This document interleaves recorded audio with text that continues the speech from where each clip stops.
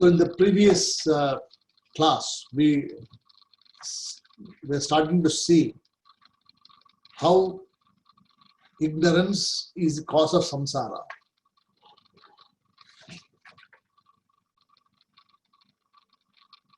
Purusha itself manifests as a prakriti. So for those of you who are following the Purusha Sukta Bhashya, you will see that the Purusha itself manifests as the Dashahotraha, or the 10 different aspects of the Srishti. Because in the olden days, when there was no ingredients available at that time,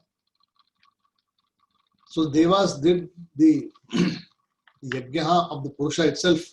They offered the Purusha into the fire or into the yajna, and they said from this everything has to come into existence. So the Prakriti, which is see, nature, or is called Purusha's form is called Prakriti. So he says Purusha Prakritistohi Bhumte Prakriti Jan Guna Karanam Guna Sangosya Sad Yoni Janmasya. So this Purusha itself is enjoyer and obtains in the Prakriti and is born out of the gunas. So Prakriti Jan Guna. So the gunas etc. are also part of the Prakriti. And Asya Guna Sangaha means in this way the attachment to the attributes, and Sad Asad Yoni Janmasu for births in higher and lower homes. So depending upon the attributes, he is born as a Prakriti in lower or higher lokas or lower higher nature. So the Purusha is the enjoyer, Jiva, and he is the obtains in Prakriti. So we saw this before. And today we look at verse number 22. If I'm not mistaken, this is correct. 22. Right? So, knowledge of this Purusha. So, an understanding of what Purusha has to be understood. Number one should be known. Is Purusha an object of knowledge? Or is Purusha the absolute Parabrahman? A Brahman has to be known. When in the context of this particular discussion of this particular verse, the Purusha is supposed to be the Brahman or the Atma.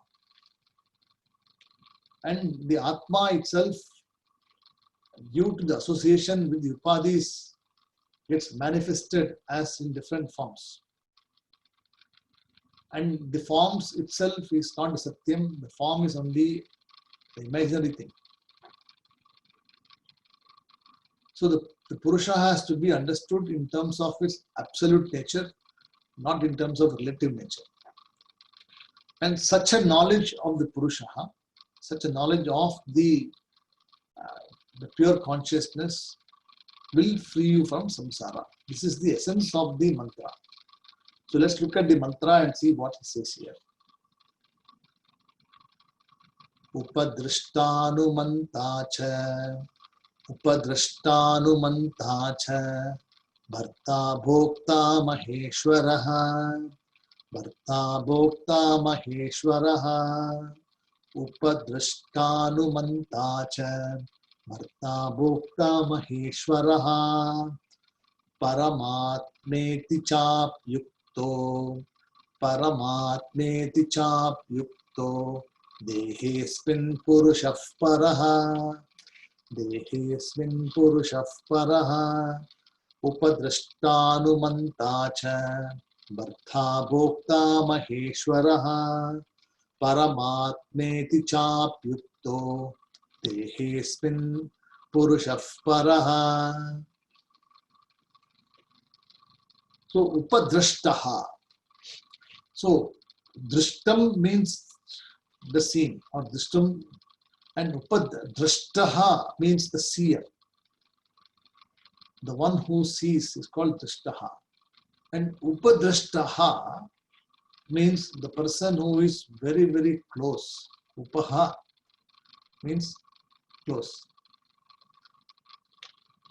So when you say upasanam, it means upasanam.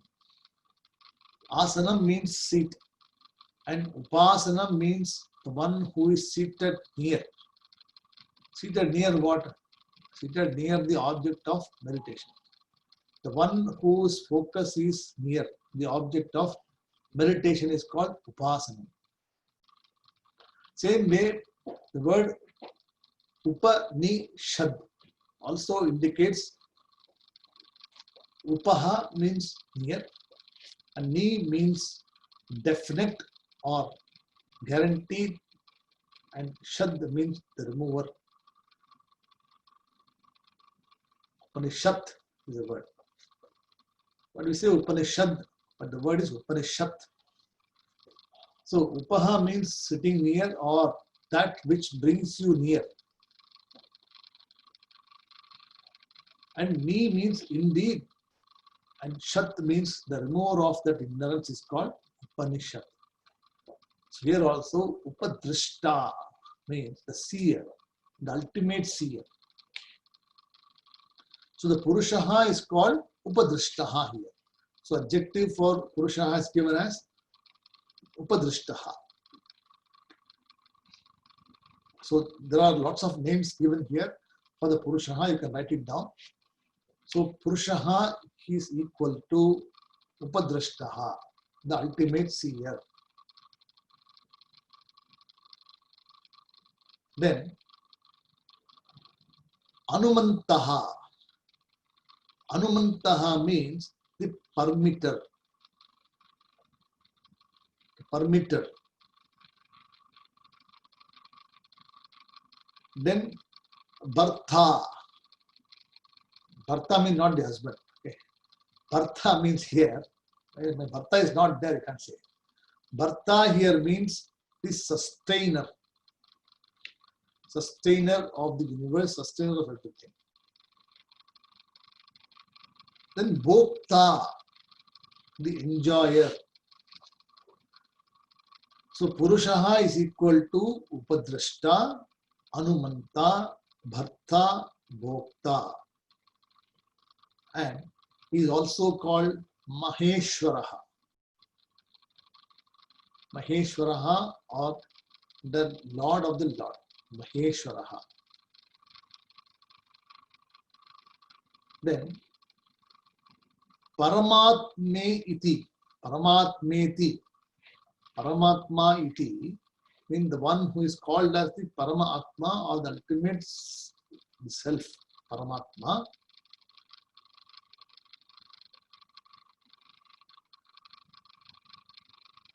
Cha uktahi means it is said uktaha.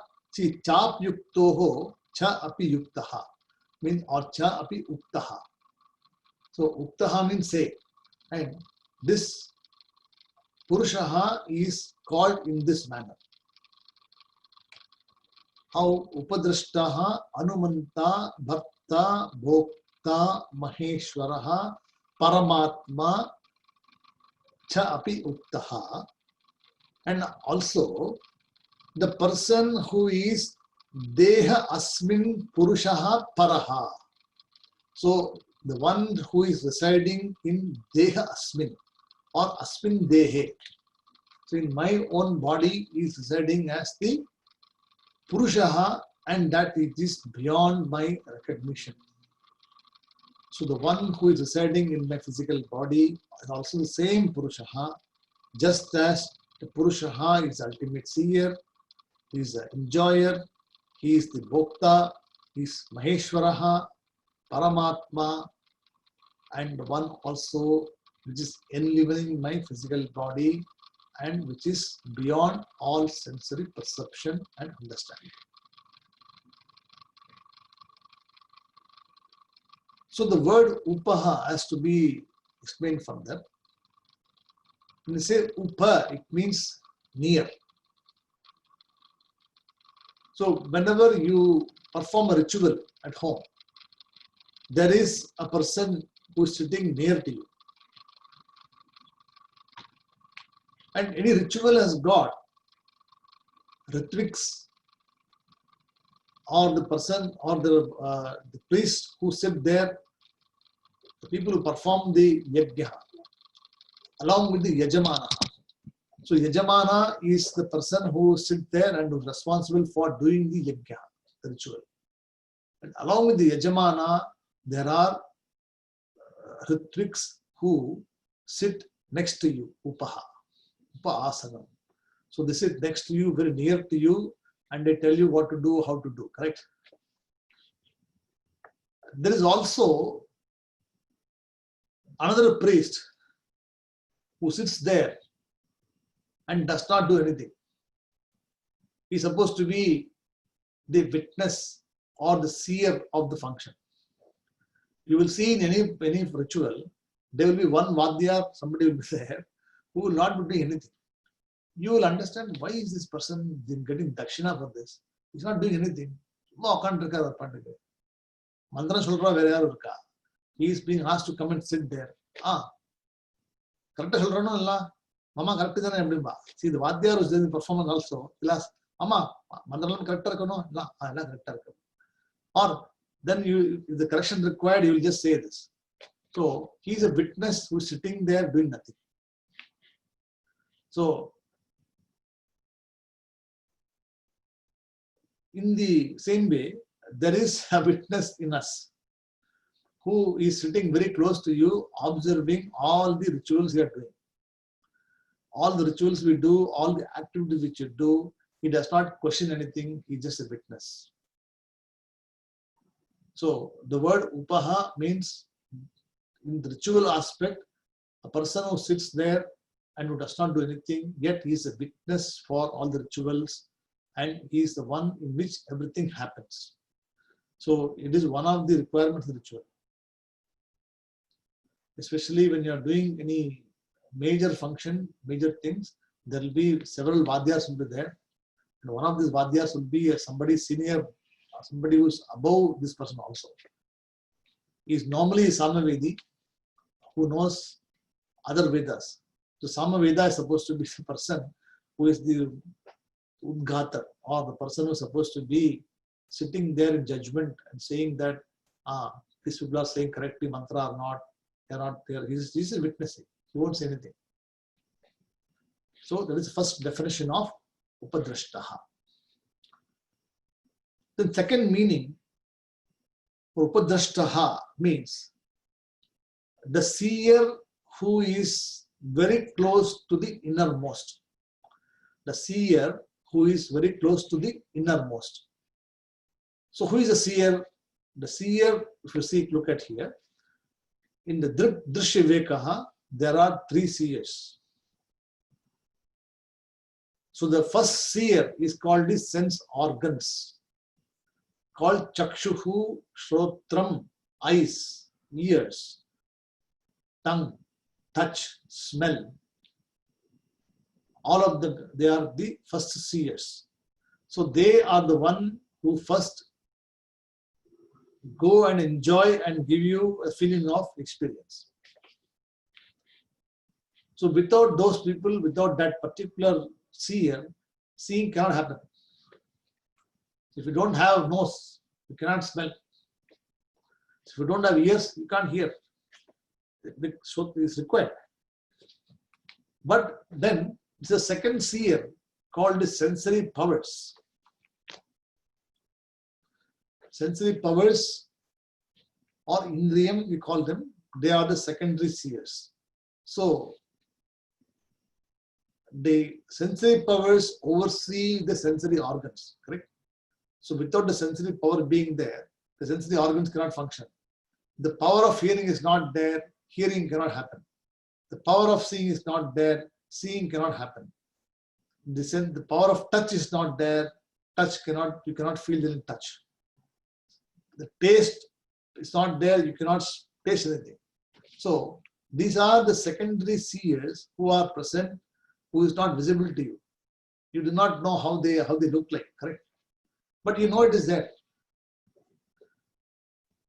You know this, I can sense, I can hear, but you do not know how you hear. Neither do you see the actual process of hearing. You only hear words, you see things. So it's subtle power. Then you got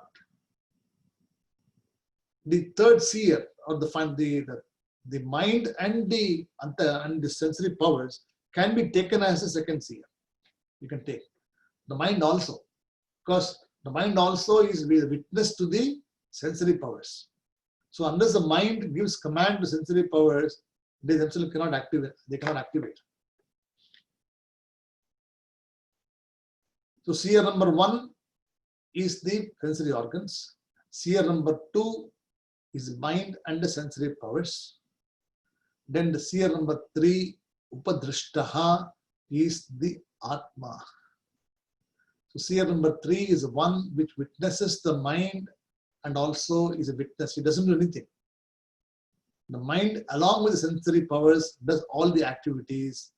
The seer number 3 does not do anything, yet it is very, very close to the mind.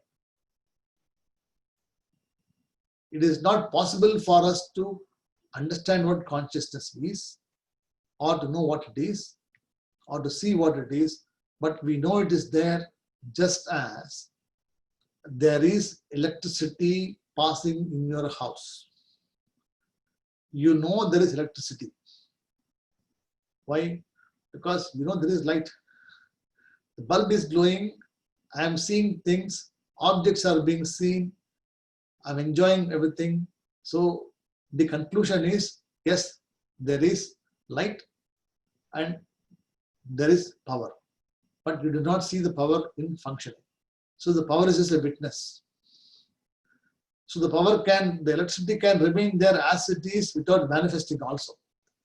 If you don't come for 2 days or 3 days, don't come to the room in your class, or after this class is over, supposing you have a dedicated room, for studying, and next week only you again come to the class, the whole light will be off, book will not be there, nothing will be there. What it means is that the electricity can exist independently of the manifesting medium. Same way, the Atma, the consciousness, can exist independently of the manifesting medium without the need to manifest. It remains as unmanifest. But when the same is manifested again through the upadhis called the antakaranam and the body, etc., then it gets a name called the body mind sense complex.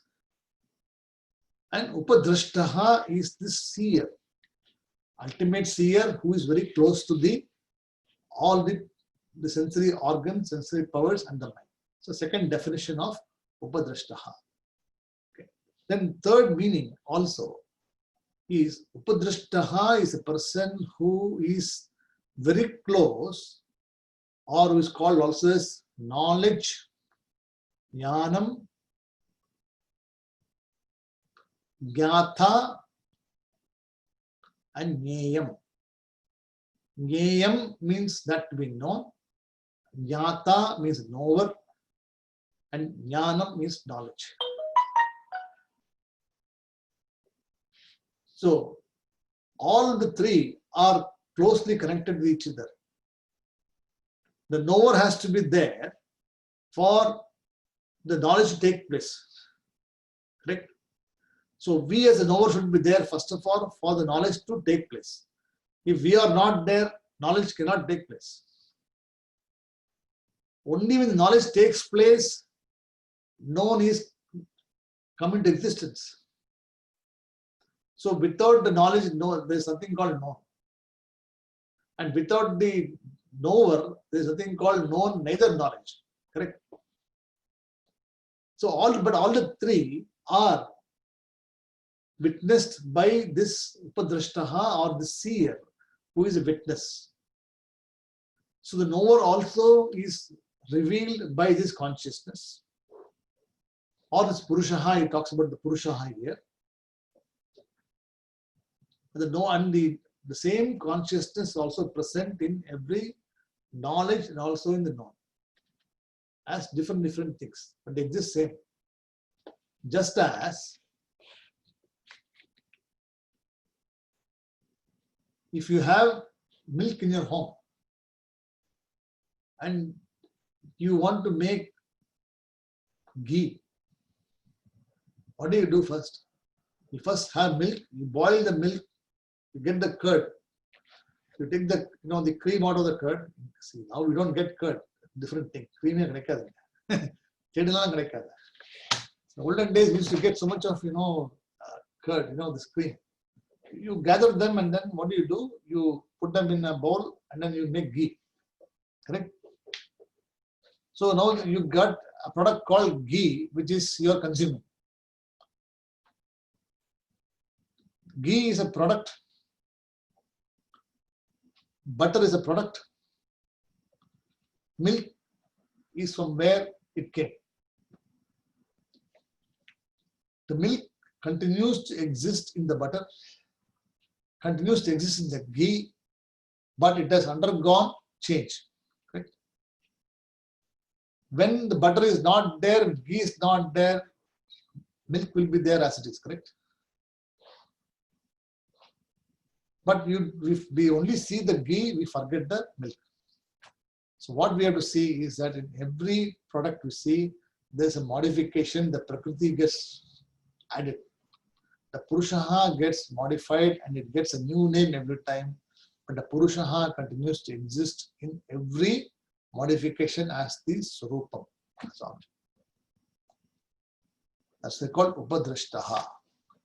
First meaning Upadrashta I gave you for the ritual. Second I gave you for the 3 seers. The third I gave you for Jnata, Jnanam and Jneyam. Correct?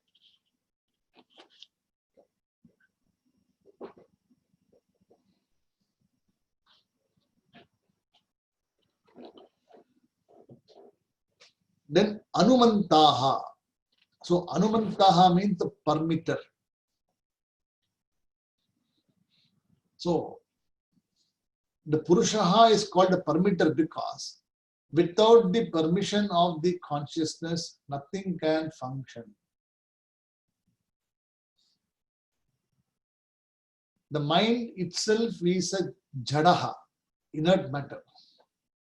The mind doesn't have existence of its own. The mind borrows sentiency from the consciousness. Thereby it comes into action. It's called Pratibimbaha or Chidabasaha. So Chidabasaha means that consciousness which is manifested or that which has borrowed sentiency from the Purushaha. It's called Chidabasaha. And this being the original or the pure consciousness without which the mind itself cannot function, thereby this Purushaha is called Hanumantaha, the permitter.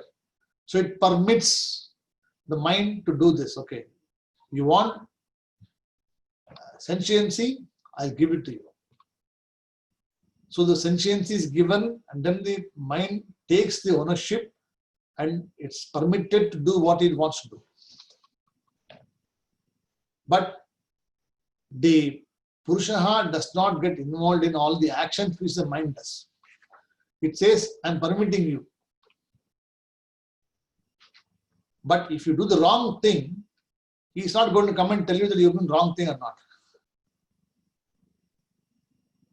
It depends upon you as to what you want to do and how you want to do. And the Purushaha just witnesses, okay, so you're all doing this. Something like this. Okay. So, the mind can change. The mind can undergo lots of changes. Vrittis can come and go. But the Atma or the Purushaha does not undergo any change after that. So, this is called the Anumantaha or the permitter of that. Then, Bhartaha. So Bharta means the one who sustains. So sustenance is the word here.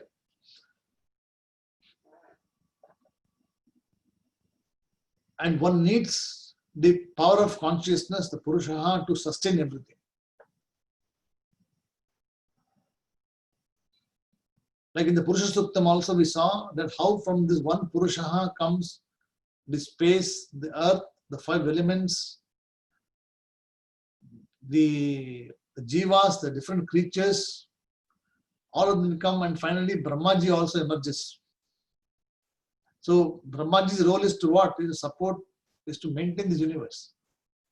So, but after having done the creation, or the creation has come into existence, the Purusha does not get involved in anything else because it just remains distinct from this, but not distant.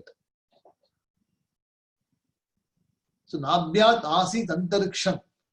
Correct.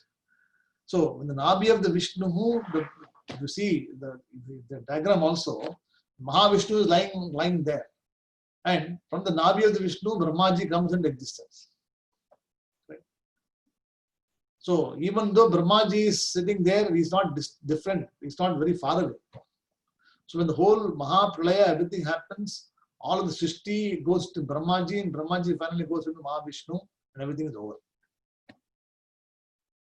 So that is the meaning of the word Bharta, the one who maintains the universe, the one who sustains the universe and makes sure that everything is functioning orderly in a particular manner.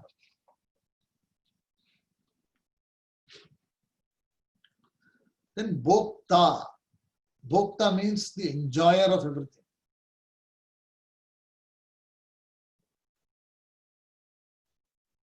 So this, then other than the Purusha is a Bhokta also. There is no separate thing called Bhokta. So Srishtikarta, Bhokta. And so Vishwasya Karta, Bhuvanasya Gopta. So the one who is the creator of the universe and also the Bhuvanasya Goptaha. So Bhuvanaha means the world, and the protector of the world also is Bhagavan. So this Purusha is seen as the one who is the enjoyer of it also. So there is no other enjoyer other than Purusha. So all the functions are being in the presence of the Purusha. All of the activities are managed with the Purusha. All of them is done only by enjoying the Purusha. So thereby this Purusha is called Maheshwaraha. So it's called Maheshwaraha or Mahan Chasav Ishwaraha. So Mahan means what? Maheshwara means Mahan. Mahan cha Asav Ishwaraha. So the one who is great, the one who is limitless Lord is called Mahan. So Mahan cha Asav means that which is called as the Mahan is Ishwaraha. So Maheshwaraha is equal to Mahan cha Asav Ishwaraha.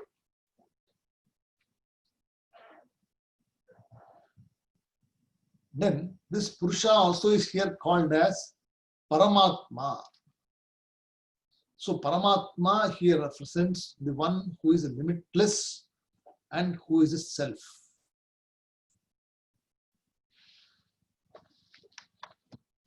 So the one who knows the truth of one's own self is Paramatma. So ultimately there is no Jiva, there is only Paramatma. We always say Jiva, Paramatma is there. Jiva, right? There's only Paramatma. Jiva is only an illusion. It is just a manifestation of the same Paramatma with attributes, with Saguna. So whenever the manifestation comes in existence with all the Sagunas, then limitations, etc., it becomes Jiva. But the moment Jiva resolves his ignorance, resolves all its Vedaha.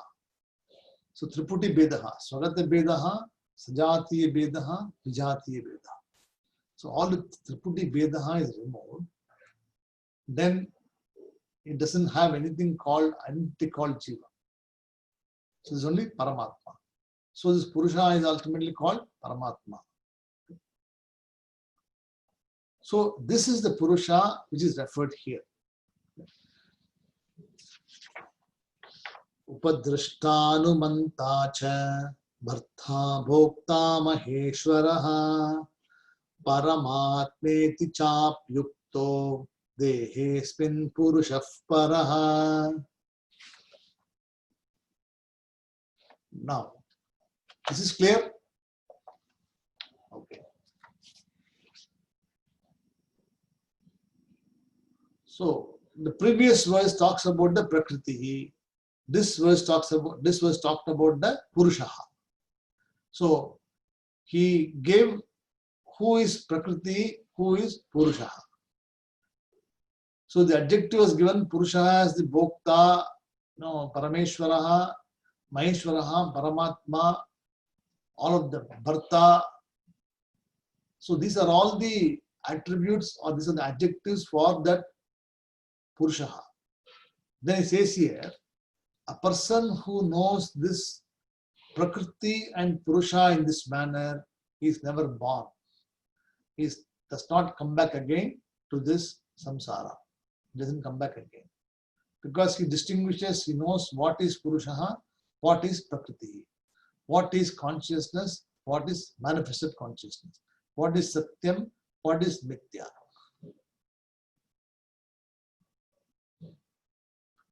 So, ya evam vetti purusham, ya evam vetti purusham, prakritim cha gunai saha, prakritim cha gunai saha, ya evam vetti purusham, prakritim cha gunai saha, sarvata vartamanopi, sarvata vartamanopi, Nasabhuyo abhijayate, Nasabhuyo abhijayate, ya evam veti purusham, prakritim cha gunai saha, sarvata vartamanopi, Nasabhuyo abhijayate. So, yaha means the one. Yaha means the one. Purusham Prakritim Cha. So Purusham Prakritim Cha means the one who understands Purushaha and Prakriti. Evam Veti knows in this manner. Evam Veti means knows in this manner. How Purushaha is what, Prakriti is what.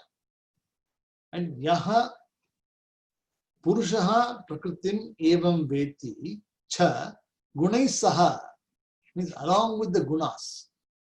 So Saha means along with, and Gunaihi means along with the gunas. All the attributes you can say. Then Sarvataha.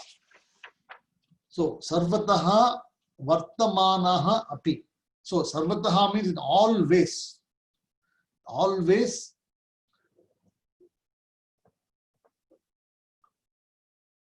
Vartamanam means api, means even a person who remembers this in this manner all the time. Right?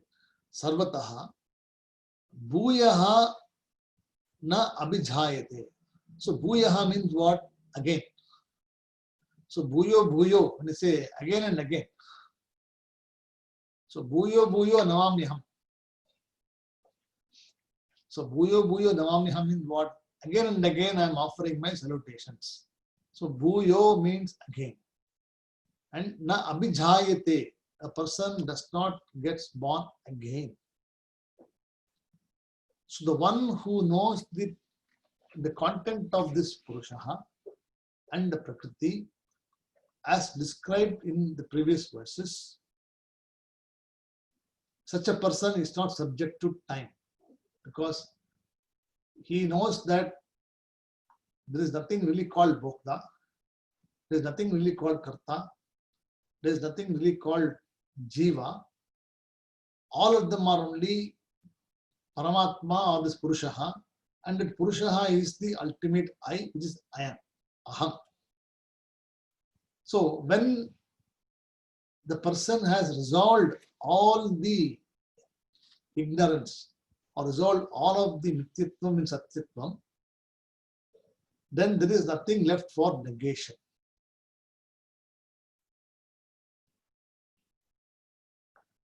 So such a person, because there is no doership nor enjoyership, or there is nothing called doer anymore and enjoyer anymore, such a person is free because he doesn't have anything more to do. And even if the person is doing any activity, it is being done with understanding that this is all done by the Prakriti, this is the Niyamam, this is the rule of the Prakriti.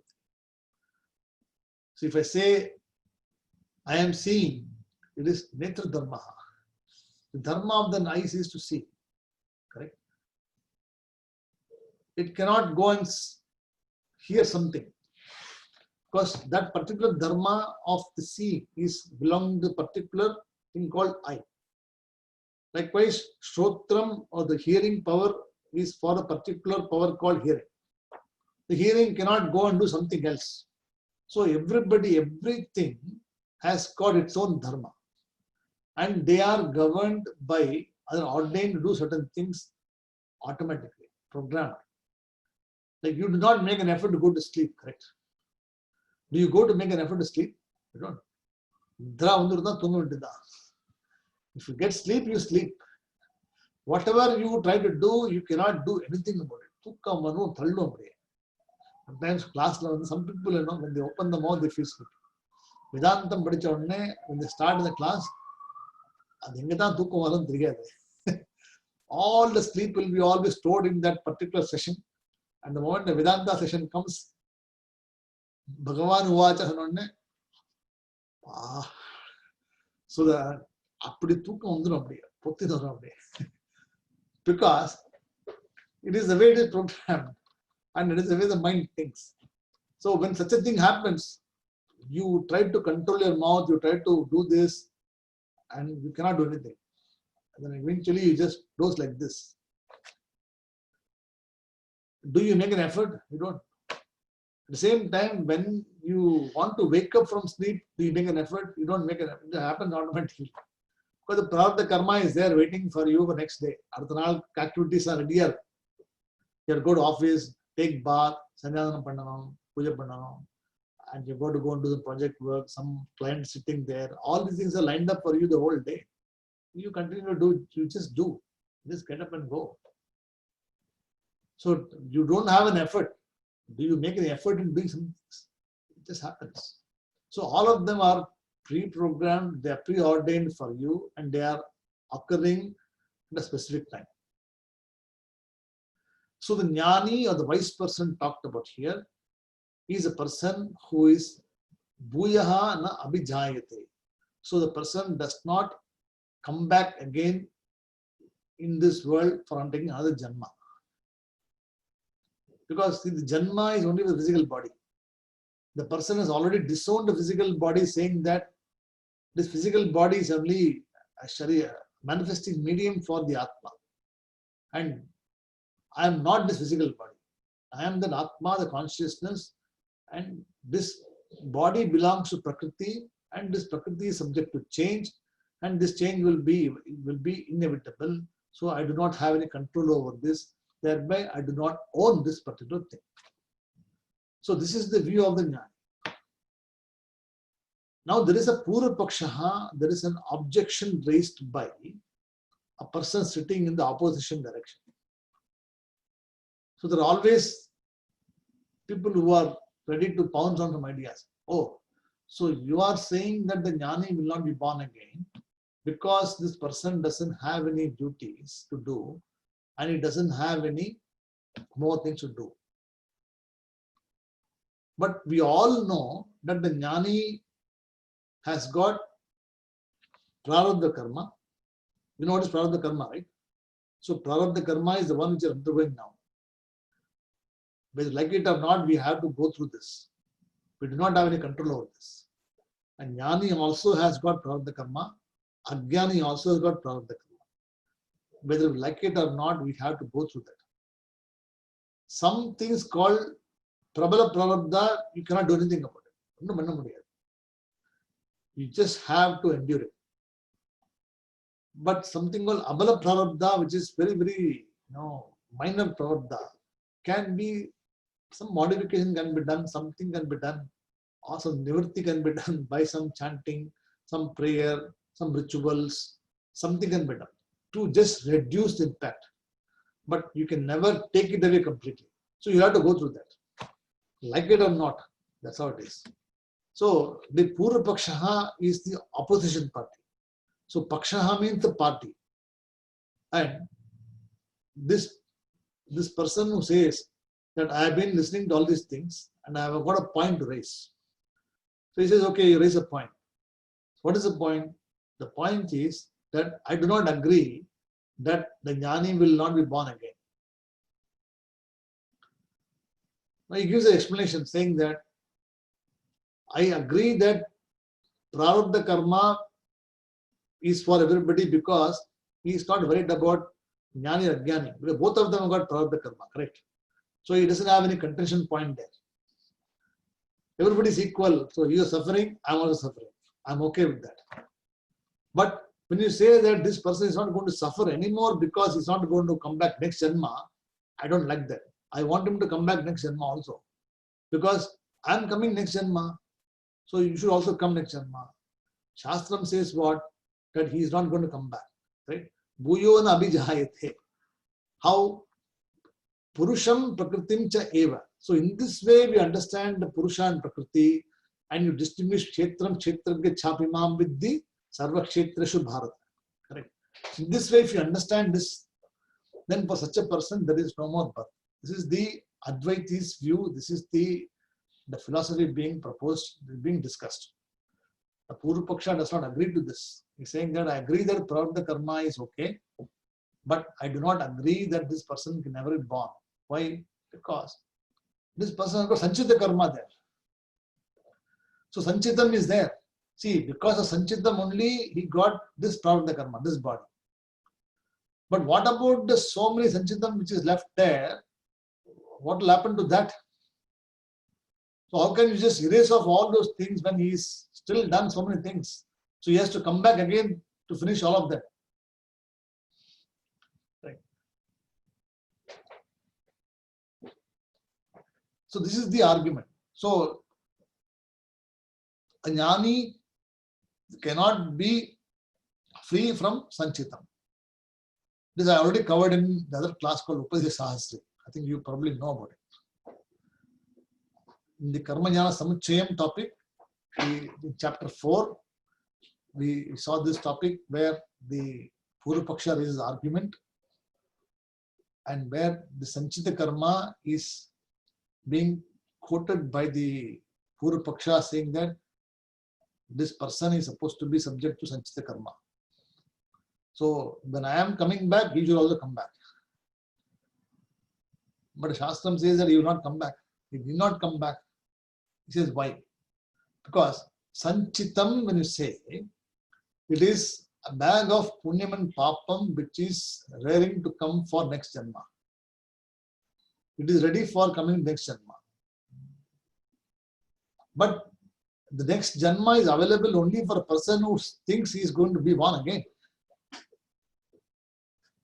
When a person says that I'm already not the physical body anymore, I do not need this physical body anymore. I'm not the physical body. So even if the Sanchitam comes, he will not be of no use to him. Correct? See, even the physical body comes or the karma comes, he will be disassociated. Because he is not the door anymore. In the Janma uttacha. In the Janmatlaya karma la uttacha. At the Janmatlaya karma unde enna panna poran. So karma will not touch him because this Janma itself is free from karma. Next Janma also, when the karma comes to him also, he will not be there because the person has already become a Brahmagyani, he is actually one with Brahman. And because one is become one with Purushaha, he is free from Prakriti. So all this Sanchitam is coming in the Prakriti only, correct? All the previous Punyam Papam is what? It's the culmination of Papam, etc. forces you to take a physical body. In the physical body, birth happens in the realm of the Prakriti, not in the Purusha. You got it? So because it is born in the Prakriti, and Prakriti is already disowned by this person, Purusha, he says, I am not this. So Sanchitam will not come and touch him. Because what will I come? He will not do any karma anyway. And if I do karma also, he says, I'm not a doer. So what's the purpose of him giving a physical body? So let him not be born. So Sanchitam also leaves him. Sanchitam also does not touch this jnani who says that I am in the janmatle karma ngadiyadu. I am free from all these things. Thereby, he already sent a message to the person above saying that, look, I got no use for you because you will be useless here. I will not be using you because I am becoming one with the Paramatma. I'll become the Purushaha, and thereby I'll be a witness only. Let people do what they want to do. So this Sanchitam will not come and touch the Jnana. Correct? So the Purva Paksha now has got no argument because he is talking from the standpoint of physical body only. He is not talking from the standpoint of the Atma. According to them, Atma is something which is different. For them, the mind is Satyam for them. So they take it ulta, other way around. And because of the Kudapam confusion, they look at everything upside down. So for this person, the Sanchitam is not there. And Agami Karma is also not there because the person, Agami Karma is what? The karma which you are doing now. Supposing now you have been studying for say 2-3 years. And somehow Jnanam comes to you and somehow you decide, see, I am not a doer anymore. Or you understood the philosophy behind this. And then you disown or you just do, yes, I am doing this karma because it is required to be done. But in reality, you are not a doer. And you distance yourself from all these things mentally or cognitively. Then the results associated with that particular activity doesn't get attributed to you. To you means to the Purusha, you as a consciousness. It gets attributed to the physical body because it is there and you are undergoing that anyway. But you are not accruing more results, more punyam and papam in the janma because you already distanced yourself from all these things already. So the Agami karma also leaves the person. Prarabdha karma will be finished when the physical body dies. Because Prarabdha karma will continue to exist till such time the jnani is alive, and when the jnani is alive, finishes his journey here, Prarabdha karma is over. Sanchita karma does not come back. Agami karma is not applicable for the person. So he is free from all different karmas. So he doesn't have any duty to do anymore. Because the physical body is required only for doing karma. And he is an akarta. So he doesn't need the physical body. So he becomes Brahmagyan. So that is what is said here. That the one who knows me in this manner, Purushaha and Prakriti, along with attributes, he will not come back again. Ya evam veti purusham prakritim cha gunai saha sarvata vartamanopi nasabhuyo abhijayate. So in this way, the Purva Pakshi is negated and he has been sent back to his own place. Now from verse 24 onwards, he gives some other explanations or Atma Darshanaha, how to achieve Atma Darshana. Some optional methods is given. So apart from the ones you just seen before, some other methods are being given for Atma Darshanam. So we'll just go through the verse. In the next class, I'll explain to you in detail the class. Okay. ध्यानेनात्मनि पश्यन्ति ध्यानेनात्मनि पश्यन्ति केचिदात्मानमात्मना केचिदात्मानमात्मना ध्यानेनात्मनि पश्यन्ति केचिदात्मानमात्मना अन्ये सांख्येन योगेन अन्ये सांख्येन योगेन कर्मयोगेन चापरे कर्मयोगेन चापरे ध्यानेनात्मनि पश्यन्ति केचिदात्मानमात्मना अन्ये सांख्येन योगेन कर्मयोगेन चापरे. So dhyanena, just by contemplation or by remembering, and how atmani, in the self, in the mind. So one has to contemplate in the mind, not outside. So one has to contemplate the truth or the essence of this teaching in the mind. So what is Purushaha? What is Prakriti? So anything which is known is called Prakriti. Anything which is unknown, that by which everything known, is called Purushaha. So in this way, a person meditates, contemplates of this Satyam.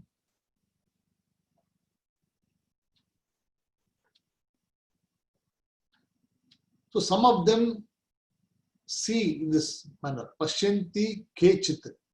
Means some see in this manner. So some of them, they adopt this method called contemplation of the Nirgunam Brahma. Some of them. Then, Anye, others, Sankyena Yogena. So other people, what they do some inquiry into the self. So they analysis, they study the Shastram, they understand the meaning of that, then they dwell upon it. So it is Sankhya Yoga. So we saw in chapter 2, Sankhya Yoga, very big topic. 72 verses are there. So we don't want to go again there. But Sankhya Yoga. Then some people do Karma Yoga. Some people also do by Karma Yoga.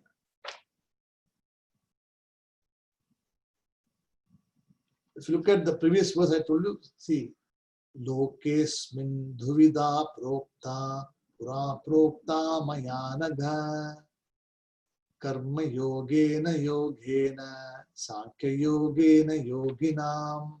It's one of the oldest, it's in chapter 2 it is there.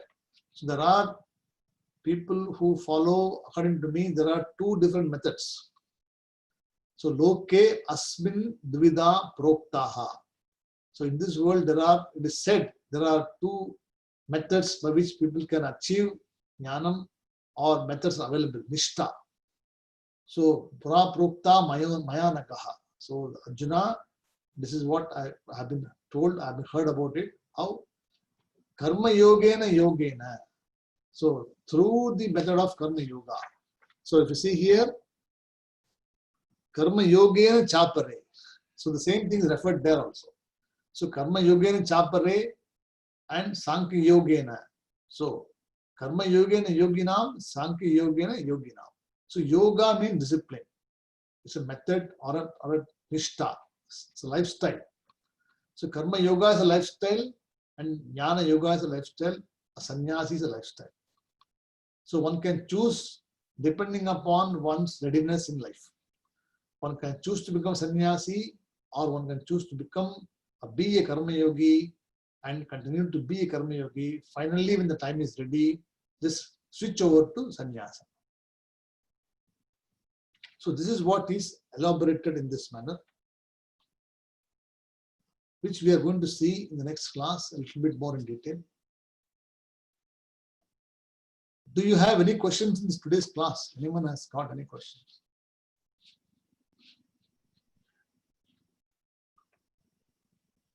Okay. No questions is good. So we'll conclude the class here, and we will see you in next week. In whichever class, I think we have multiple classes during the week. So some of you will see you in Wednesday or Thursday or Friday or some other classes, depending on how we meet there.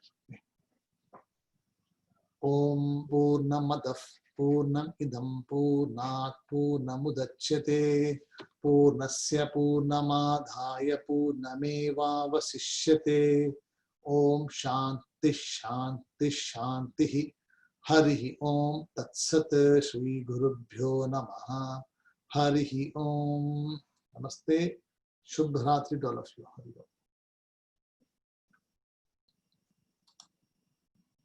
Om. Thank you, sir.